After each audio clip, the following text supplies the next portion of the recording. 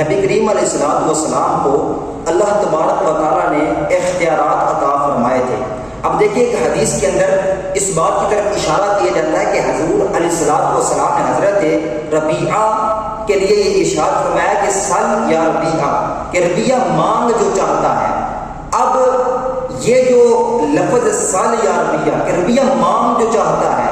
اب یہ لفظ کیا ہے، اس کی حقیقت کیا ہے؟ تو اس سے تمام محدثین نے اس کے اوپر فیصلہ کیا ہے کہ اس سے مراد یہ ہے کہ اللہ تبارک و تعالیٰ نے نبی کریم صلی اللہ تعالی علیہ وسلم کو اختیارات عطا فرمائے تھے۔ اب ذرا اسی بات کی طرف اشارہ کرتے ہوئے جو ہے وہ علامہ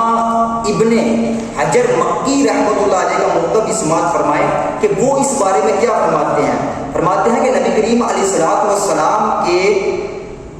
اللہ تبارک و تعالیٰ کے خلیفہ اعظم اور اللہ تبارک و تعالیٰ نے اپنے کرم کے خزانے اور اپنی نعمتوں کے جو ہے وہ خوان سب کچھ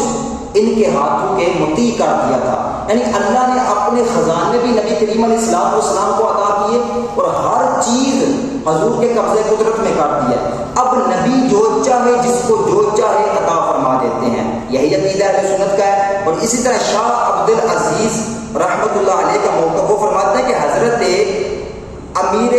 مولا کائنات کرم اللہ تعالی وجہہ الکریم اور ان کی اولاد تمام امت اپنے مرشد جیسا سمجھتی ہے ان کو، اور امور تکوینیہ سے بھی وابستہ جانتی ہے۔ اب اگر مولا علی اور ان کی اولاد امور تکوینیہ سے وابستہ اگر لوگ ان کو سمجھتے ہیں، جیسے کہ